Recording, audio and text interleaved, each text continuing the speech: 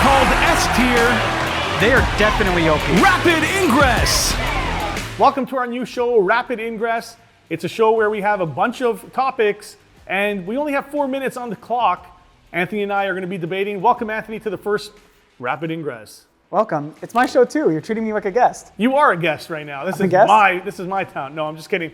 But are you excited about this? Are you ready more than anything to talk about this? I don't know if we're going to be on the same side of a lot of these topics, but it'll be fun. I mean, it's a show where I could be honest about what I think about quick topics that would not fit in a video themselves. Exactly. I love it. I can ramble on if need be. No, you can't, because you only have 4 minutes on the timer, and we both share that time. The way we're going to go about interrupting each other, let the person finish their sentence, no talking over each other, so we can actually keep it, coherent.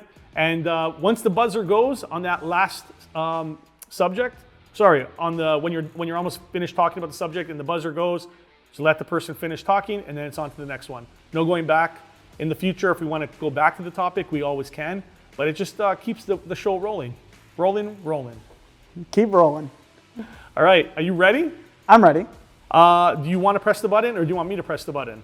I'm going to press the button because I could just... Press the button. Nice little wind-up. Ready, set, go!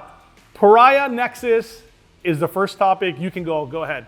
I'm excited for it. It's been fun to play so far. The missions are actually fun to do, and they don't feel weird gamey stuff that is just like, why am I doing this? Why am I drawing this impossible to do card? And if it is impossible to do, oh look, almost all of them give an option to re-roll for free, plus you have new orders to just roll again. You can get almost like 2 re-rolls a turn if you can't achieve it. You will always be able to do your secondaries. There's 18 in the game, so you're always going to have something. I'm going to say this. I agree with you. Ooh. Pariah is 100% better. I don't know if it's because we're just so jaded from playing Leviathan for almost a year, or it is just because, hey, something new. We haven't really fully tested it yet. We have to see what is to come with Nexus fully. We might not like it in a year either. We might be wishing for Leviathan back. But at this point in the game, I think you're right. The deployments are fresh. They're a little bit different flavor from what we're used to having with 40K. So that makes it feel a lot of fun for us to play at this point. And the missions, I could not agree even more with you, is that, there's a lot more to do. It feels like, you're not going to have a lot of feel-bad games where you're going to be pulling a mission and you can't do it. And I like the variety. Is there anything you don't like about Pariah right now that you want to talk about? Some things are very limited, like actions have a lot of restrictions, except if you're a Titanic character. And I am going to miss keeping my Sergeant alive just to use his pistol to do actions in melee. They did kill a lot of guard strats, so it was deserved. Yeah. But it was a major hit. No reinforcements. No, what's her name? Ursula got changed. Yeah. All for everybody. This applies to everybody, but every single change hit guard, so I feel it in my heart. You feel it in your heart. Guard not being as good as they were. I think the one thing we're going to see with Pariah that we haven't seen in other editions, not other editions, but so far in 10th edition, is a lot more balanced. Do you agree with that? Do you think this is going to be a lot more balanced edition, or do you think it's going to be kind of like Leviathan, where things are going to be jostling up and down wildly? I do agree with it because they feel more on the ball with it, more in touch with what the edition's meant to be. Because as Leviathan went on, not even before it came out, every update they revealed, just in the back of my mind, made me go more and more like, what was that? Is this going to be good? That's weird. Can you abuse this like that? Yeah. But with Pariah Nexus, I'm having no creeping doubt in the back of my head. There's nothing really sticking out to me. I'm playing the game and I'm enjoying the game. Yeah. I will say one thing. As much as I do like the secondary changes, how smooth they are, and like we were saying, you can discard. They're well-written secondaries now. You can actually it's more doable to do. It's like you pull a card, you don't feel like this is impossible task right now at this point. It happens a lot less, at least. Capture enemy outpost. Exactly. Investigate. Well, I mean, there is one new one people are not liking, and that is Mark for Death. Mark for Death, which I don't know how that's going to go as it goes on here. Another one is, I think a few of them, I'm going to say engage on all fronts, really easy to get. So is scoring going to be too easy? We will have to see. And that's the only question I have in my mind. How easy is it going to be to get secondaries for certain armies in the game right now? It might be a little too easy at this point. I don't think so. You don't think so? I think it will be. They lowered the cap on points on a lot of missions. Yeah. Like, from what I'm hearing from a bunch of people that have played it a chunk now, it is harder to score. You're not going to have your common game being 90 to 85. It's going to be more like 70 to 80 instead of like high 90s. Yeah, well, I do agree on that. That's that topic. Moving on to pivoting. Look. You either love it or hate it. Oh my God, this is such a terrible, I hate pivot. See? And I don't mind it that much. I don't think it's a big deal. I think some armies can take advantage of it 100%. I think some armies are going to be abusing it. But how much is that going to make is it going to make a huge difference in your mind? Because I don't think it's going to make a huge difference. That's the only thing that makes me think I'm being a bit irrational with it is realistically, how is it going to affect the game? Exactly. In my mind, there's a lot of situations where I'm going to spend 2 inches of movement and have something that would have cost 8 inches before. Right. Gaining like 6 inches of movement for what? Because I said pivot, and some armies like Necrons have it pretty ridiculous, and Guard, all our vehicles, so many big vehicles. Yep. I just hate the potential it has for like weird situations, things that were otherwise impossible, and it does its job of making it easier to move around, but makes the game more gamey instead of immersive. Moving sideways is already like that. To an extent. I mean, when you say more gamey, do you mean like, what do you mean? That I didn't put the picture in it for this, but that GIF of the Necron Doomsday arc I knew you were gonna spinning go back to in that. a straight line, going around a corner, and one-shotting something as a joke. Yeah. Because that's a thing you could do with pivoting now. I made a 5-inch charge that would have cost me, like 10 inches before? Because I just pivot around the corner. Oh, look, my tread gets an engagement range. There's my tank shock. You know what bothers me more than all of that? Games Workshop doesn't know what a circle is, and it doesn't know what round is. It knows what a circle is, doesn't know what round is, or at least define what round is. Or why can't you just change, why couldn't they just say circle bases, not round? They shouldn't have said round. It would have been more obvious. It was funny. I posted like, hey, did you know an oval is not round? And you're like, who the hell said that? Yeah. I'm like, from the horse's mouth, GW. Yeah, it's just weird. I'm like, they should just stick with if it's not a circle. If it's not a circle, then you do this. If it's, I don't know, oval, whatever other shape, this is a specific rule for it. From what I understand, your big issue with it is just the wording. Because I get it, oval bases and things not on bases at all need to pivot because they would get a huge advantage from free pivot, like a circle base. Right, like a Lehman Russ. Yes, Dorn especially. Yeah. But why, like a chicken, what is it, AdMech chicken's not on a circle base? It's on an oval. Yeah, I understand that needs 2 inches. Why is it not round? Why is it not round? Because it's a chicken. It has long legs, it has to think, and it's a walker, right? That's like the most petty problem with pivot to have. You know what does have a round base? Redemptor Dreadnoughts. You know what else does? Repulsors. Or impulsors. Man. So do we agree on 2 topics here that pivoting is like not that big of a deal? Like, are people? Oh no, I think it's a big deal. You think it's a big deal? In my mind, it's a big annoying deal. Yeah. I need to play more to see how realistically it's going to happen. Your mind is a lonely place, Anthony. I need to play more than just guard because every game with guard I've had now, I've had stupid pivot situations where I'm like, I should not be able to do this. Yeah. It irks me. It gets me in the back of my mind. Again, I don't disagree with you that there's going to be armies that take advantage of pivoting. I'm not convinced that it's going to make a huge difference in a battle.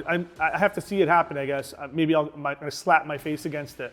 It's a movement-based game, and you could spend 2 inches of movement to gain more movement. Yeah. It's free movement. That's my problem with it. What are you sacrificing for it? Technically 2 inches to gain more. It happened anyways before. People moved extra with their big tanks anyways. I feel like you're just going to get that movement anyways. So you just make up for it by playing the game the same way, I guess. Like, you're not going to get that movement for you, but there's certain units that do have it. I don't think it's a big deal. You have to plan for it. On to the next one. Dark Angels. I'm my hearing, army. Yeah, you keep saying they're going to be like, what, second best army, third best army in the game. Right now, I think they're second best army in the game right now. People are saying they're going to be problems. People are saying this. I don't agree with that. Why? What don't you disagree? What don't you disagree with the conversations we've been having in the last week with VTS telling you some of the stuff, So- with all the stuff we talked about? So, like, their detachment got buffed. Yeah. Lion got buffed to go through walls, and what is it? Inner Circle Companions and the Deathwing Knights got small buffs to them.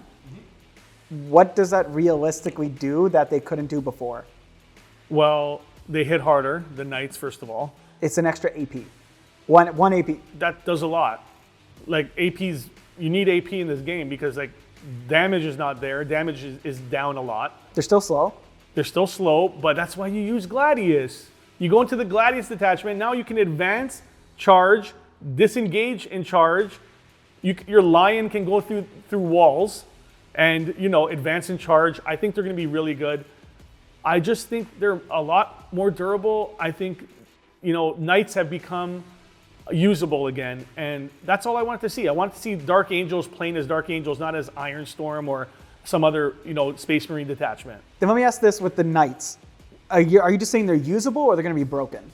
I never said, I don't think Knights themselves are broken. I think the entire army itself is going to be a lot better, and there's things you can do with them that are really, really good. Then what's different from now that they couldn't do before with Gladius? You were able to take Gladius before. Yeah. Lion, yes, he could go through walls now, but he's still a Primarch. Right. And what stopped you from taking Deathwing Knights before and going Gladius? Because AP -1 maces. Yeah, but they're still tanky Armor as of hell. Contempt makes that nothing. You're wounding. A Space Marine has a 3-up save with Armor of Contempt on the best Terminator in the game by lore. If you want to go by lore, even in the game itself, they should be the best Terminators, and you're making 3-up saves against them. It's ridiculous. And now it's 4-up against Armor of Contempt. What's the big difference? They're expensive. But now listen, VTS did another good thing you can do with them. I know you could have done this before, but taking them with Vanguard, you're -1 to hit out of 12 inches, makes them even more tough. They have 4 wounds apiece. They can sit on objectives. They can do crazy stuff. Plus, you have the Lion around them as a linebacker. You just keep them in the vicinity, and you start charging things or heroically intervening anything that's beside him. He's blown up. I just think they can be so good. And Lion being able to go through breaching walls, like he can just go through any wall, move, and Gladius advance and charge. It's going to be, trust me, it's going to be very, very hard to beat Dark Angels. Lionbacker? Linebacker, exactly. Yeah. Do you not think they're going to be tough? Do you think if you see a Dark Angels army right now, are you going to be like, I got this? I'm just thinking what really changed from before. Extra AP on one guy. Yeah. I think extra damage on the other guy. Yeah. And the detachment you're not even thinking about running got buffed. Like, is it that big of a deal? What brought them from bottom tier to the very top in the game in like 3 data point changes? Just everything else that happened in Pariah as well, because the game itself is changing, right? There's more secondaries. Dark Angel scores secondaries in Pariah very well. Better than before? Yes, way better than before. And there's a variety of different things they can do that are going to be a lot better. And remember, Inner Circle Companions are really good.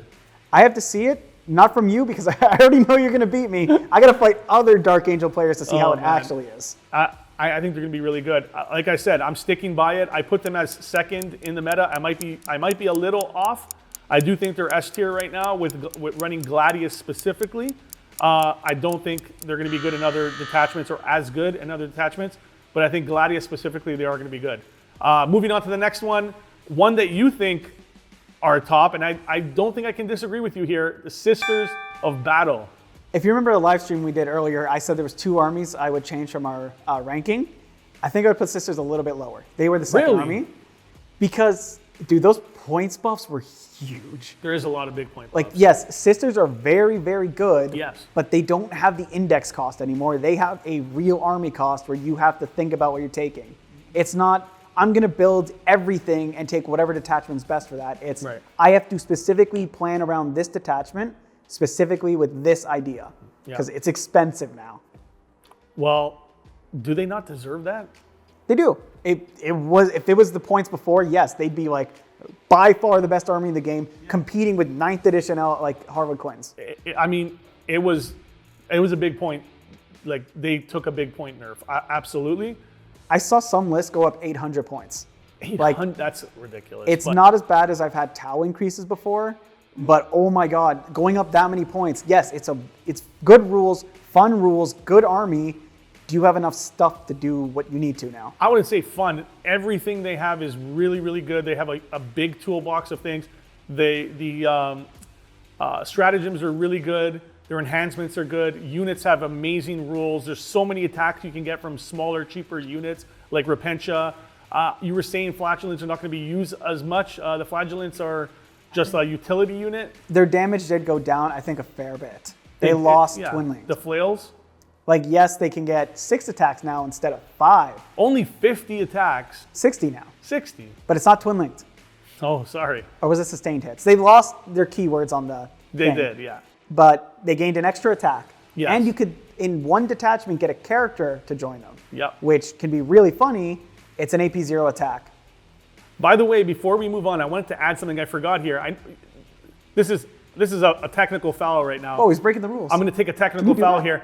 I forgot one thing about the Knights. They gained plus 4+ anti 4+ against vehicles and monsters. That's why they got a lot more buff there to their weapons. But anyways, back on topic with Sisters. I think their point nerfs were deserved because everything in their list is so good. The utility that this army has is incredible. They hit hard. They have anti-tank. They're quick. You can score any secondary in the game. Secondaries are not an issue for this army. Sitting on objectives is not an issue with this army. I really can't find anything wrong with the Sisters. And on top of all of that, you even have regen. The secondaries one I kind of disagree with because with the points increase, it's a lot less units. And the Sisters kind of faction identity of it's units that trade up very well. Boo-hoo. Their whole purpose is to trade up and get obliterated. It's much harder to do now when they're not trading up as much value. Like, this 100-point unit got a 130-point unit pretty easily now, instead of this 80-point unit got a 190-point unit. So are you saying they're only really good, not broken? Yes. They're still, I'm not saying they're bad. I'm not saying they're an awful army. They are very good. When you say they're moving down, do you mean one step down S tier? Like, basically, most of the stuff we in an S tier, I kind of want to knock down 1 or 2 points. Just dark, spots. Like Dark Angels down 1 or 2 and Sisters down 1 or 2. Like, they're still good armies. How does that work? They're 1 and 2. Like, down a tier. Like, they would go... down a tier? Like, if they're at the edge and they go down, they would go to the front of the next tier. You think Sisters of Battle are A tier? No, they would probably be like, maybe top of A tier or bottom of the S tier. What? No way. Look, I disagree with that. I think they're the best army in the game. We're definitely on the different ends on the stick here. Maybe I'm just too used to running like Horde infantry, but like, oh my God, they got expensive. They got expensive, but they deserve it, and they're still really good. Moving on to Ironstorm. Nerf. Talking about nerfs, you want to see real nerfs? Look at Ironstorm. Deserved, and deserved. Oh, that's deserved. I know. Listen. Space Marines are a bad army, game like meta-wise. Yeah, but that some of them. Like, there's only a couple toxic playstyles I find, and that was getting very close to it, where it's just, oh cool, another Ironstorm list with all lethal hits and 3 Redemptors. Says a guy who's running a guard list that's called Jail. You literally just put people into you screen the crap out of them and make them feel like they're in jail because they can't move. And I've seen it happen to Space Marine players multiple times with that list. You stupid list. I did counter Ironstorm with my list. Oh yeah. It was very funny. And then the main point of that list wasn't jail. It was infinite respawning in the back. Yes. Which, that's why I don't want to complain about Ironstorm too much, because reinforcements deserved to get kicked in the teeth. But I don't know. It was like a tick in my head every time I saw Ironstorm. I'm like, oh great, another one. it was a lot of them. You got to admit that. Especially during the Stormraven era. So I ran Ironstorm. Just to go back to that, my Dark Angels that I ran and I won with a lot this edition or in early 10th. Which attachment was that? Ironstorm. And it was Dark Angels Ironstorm. I had 3 Dark Angels units in the entire army. 2. You had 3. 2. Oh, was it 3? Yeah. I usually saw 2, Azrael and a Dark Shroud. I had Azrael, a Dark Shroud. Did I have one more thing? I don't think so. Okay, 2. I had 2 Dark Angels units, and they're still Dark Angels. They're still Dark Angels. Dark Angels. I ran Dark Angels. Loyalist Space Marines are in a really tough spot, and they kind of needed Ironstorm to prop up their win rates. Yeah. But just fix the army instead of giving them that, please. Like, that aura of lethal hits was so annoying with how many guns the Repulsor has, plus how tanky the Redemptor was. Here's a Storm Raven launching a Brutalist up into your face with all these rerolls. Oath of Moment, the free inbuilt reroll, the reroll wound roll, the other twin lane. You did not have a dice you weren't rerolling. That was annoying in an edition that's meant to be less rerolls. A lot of rerolls and just making tanks really good. You saw a lot of tank spam. I'm going to tell you right now, I'm not mad about this at all. I don't like the meta where I don't want to go to a game and see 6 tanks. I just don't. I don't want to play it that way. I can name some of the best Space Marines players that we play with and that are in the community here in Toronto and Canada that don't want to play that way either. And it's just not fun for the game. I agree with the nerfs. I thought it was a little bit too much. To be fair, like they squatted it. It's gone. No one's playing Ironstorm anymore. And that's basically what GW wanted to do, is get rid of it, the detachment entirely. And I think that's not the best way to go about doing things, because some people that want to play tanks now, they bought a lot of big shiny toys and they want to use those, and you can't really use it any way in that sense. You still can. You don't have to care about the rules for that. Well, you can play other stuff. You can play Firestorm. You can play other things with it. But I don't know. I just think it was a little bit too harsh. It deserved nerfs, absolutely. I think they're just a little bit too harsh on it. I know you're going to say they deserve more. I wasn't going to say deserve more. I was going to say, okay, in the sense they deserve more by getting Oath of the Moment. Yes. Please, less rerolls. They have Oath of the Moment. Yeah, get rid of it. Or change it. Get rid of Oath of the Moment. Change it to like +1 to hit or something. Please, not rerolls. That's basically all Space Marines have. You want to get rid of the one thing Space Marines have? That's ridiculous. Stop it. Leave them alone. Leave the Space Marines alone. They need some help. They need lots of help right now. Stop it. Get some help. Get some help, Anthony. Yes. Stop it. Please buff Space Marines, which is a line I never thought I'd say. But not Ironstorm. There you go. He agrees with me. Anthony agrees on the topic with me. Buff Space Marines. Ironstorm was overly nerfed, right? Deserved. Deployment. We have new deployments. I haven't seen these deployments in a long time. If you play AOS maybe, or like Old World, who has this like weird deployment? You can see a wacky one around up there, where it's, which one is that? I think it's Hammer and Anvil, or Dawn of War. It's one of the squiggly ones. Isn't the new Crucible? That's Tipping Point. I think that's Long Cheese now. I believe that's the card I used. I really like them. Cheese. Look, what's it called? Long Cheese is gone. Long live cheese. Because now we just have short cheese. Yeah, short cheese is the best cheese. I like it because it's just. If you don't know what we're talking about, short cheese is the short angle deployment. Long cheese is the long angle deployment. Justin cursed us with these terminologies. Hammer and Anvil is hamburger, and Dawn of War is hot dog. So, what do you think about the new deployments? I know there's only a few really, really different ones, but what's your thoughts so far? And do you like it? I really like the new ones because Hugh, my bad. You say these existed before in the past. Ever since I started playing in 8th edition, I've only ever seen the straight line deployments. Mm-hmm. So to me, it's new, it's different, and I like it. It feels like they're trusting the players to not just put a straight line out. You can know how to deploy with a weird angle, right angle in the middle of your deployment. Isn't it not just Dawn of War with a little bit of an extension on one side? And the other side squished down? Isn't that all it is? It does have gameplay differences because on the squish side, I can't fit a Rogodorn really straight. I can't fit big tanks over there So you're saying you're going to kind of like telegraph that people are going to be putting bigger things on the right side? People are going to put bigger things on the side with more space. Yes. Right side, yeah. I rotated that, so don't go off that picture. It's going to be to your right, whether you're playing on the left side of the board or the... It's the left side that has more space on Dawn of War or Tipping Point. One of them has more space on your left side. We did it in the Monday night matchup, and it was really nice because it's like, wow. And the other one's on the right side. The squished part, yes. Yeah. What do you mean the squished part? The right side of it is squished, so it's only like 10 inches up, while the other's like 14 up. But you have a bigger deployment zone on your right side for one of them. Left side. No, right side. I'm looking at the deployment right there. That one's rotated. What do you mean it's rotated? I rotated it 90 degrees to fit in the picture. It's still your right side, even if you put it into a 90-degree angle. Yeah, that's right Tipping side. Point. I'm thinking of the other one. You're wrong. When I thought we were doing this show, I didn't think we were going to be arguing like this. When you're wrong, you're wrong because you're saying it's the left side, and I'm like, the left side's the small side. The other one, the left side's the large side. The opposite of left is right, Anthony. For the other right one. side, yes. Okay, I'm glad we got that So straightened out. the other one's left, and this one's right. These deployments are cool, and it feels like they're trusting the players with something. Yeah. That being said, Anthony is going to put all his tanks on the right side. You heard him. On the larger side, yes, because some of them it's hard to fit. Yeah. Anthony's moving out of frame a little bit. Move to my left. I got a your little too left, excited there. Anthony's excited. I don't think this deployment change is going to be a big difference. I know a lot of people hate Dawn of War, especially you didn't see it in competitive games. Isn't this just a revamped Dawn of War? That's what I'm trying to say.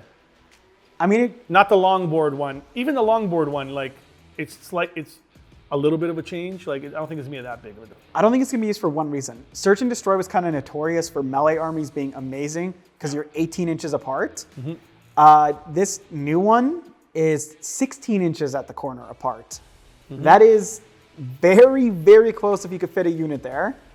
And that could be a huge advantage to melee players. Plus you have the Dawn of War disadvantage of it's hard to put terrain across each other like that. True. So we'll probably not see it, but I think we'll see it. I think you're going to see it. I don't want to see world leaders on there. You're going to please. see it. You're going to see them. I don't want to match up against that. That's going to be not oppressive. How can I screen it? It's a corner. I can't fit stuff there. Get used to it. And the last topic is domination. What armies are going to lead the pack? We talked about this. We had a live stream. We went over every single army. We know we already ranked this out. You can go watch it on our live streams. It did really well. A lot of people chimed in. We have a lot of opinions on different armies. Some we don't really know too much because you just have to see more data. Do you agree with what we ranked, or like I'm going to tell you straight up? I think Sisters of Battle, Dark Angels, Blood Angels, and Thousand Sons are top tier right now. Until you prove me otherwise. I think we got everything in relatively the right spot. It just might shuffle, like all the armies might shuffle 2 to 3 places at most, what I personally think. I mean, there's going to be except some agents. stuff. Agents They might shuffle one down, like all the way down. Yeah. They might get better with their codex from the rumors because they're going to have actual armies in there. Yeah, they will. What will they be? What will they be? Who knows? Redacted codex? Death Watch? Death Watch. Maybe all the guys with the Inquisitor label. Oh, those guys. They'll have eyes on them. Yeah. Literal eyes. Like, I want to see them become usable. Again, of course, people take, assassins and whatnot in their armies. I want to see them as a usable faction. They obviously need a lot of help. They need a lot of units, but let's not worry about the bottom. We're talking about domination here. We're talking about who's going to be the best. Is there anybody that you think is going to be the best? Since you said Sisters are not the best, who do you think is going to be the best? Who did we have one after them? Was it Thousand Sons? Dark Angels. Was it Sisters, Dark Angels, and Thousand Sons? Sisters, Dark Angels, Thousand Sons, and Blood Angels. In that order. Barring changes to Blood Angels soon, I still think them might be the best.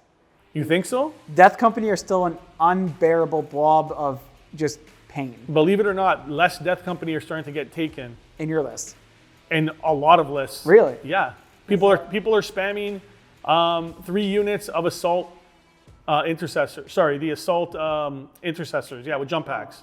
If you have 10 of those, that's Mortals. what? 30 of them. 50 attacks at strength 6 with that could get lance, so you're wounding big vehicles on 4s. Yeah, but they're also doing dev wounds on the charge. And they're cheaper. And they're cheaper and all that stuff. And you still have Death Watch. You still have Death Company there as well, just not as much. You take 2 units of 10. I don't disagree with you. I think Blood Angels can punch up. I think they can win those games against Thousand Sons, against Dark Angels, against Sisters of Battle. I just think their reliability to actually sit on objectives all game and do all that is going to be more questionable than other armies like Thousand Sons that can move around the board. They have so much utility in their codex. They have so many abilities they can do. And lone op is huge. Like when you can make multiple units lone op, you can you can't double move anymore, but you can essentially double move. You can move and then move again. Thousand Sons are great. I think if anybody's going to move up to that top tier, like the top overall, to dethrone Sisters in my mind is going to be Thousand Sons.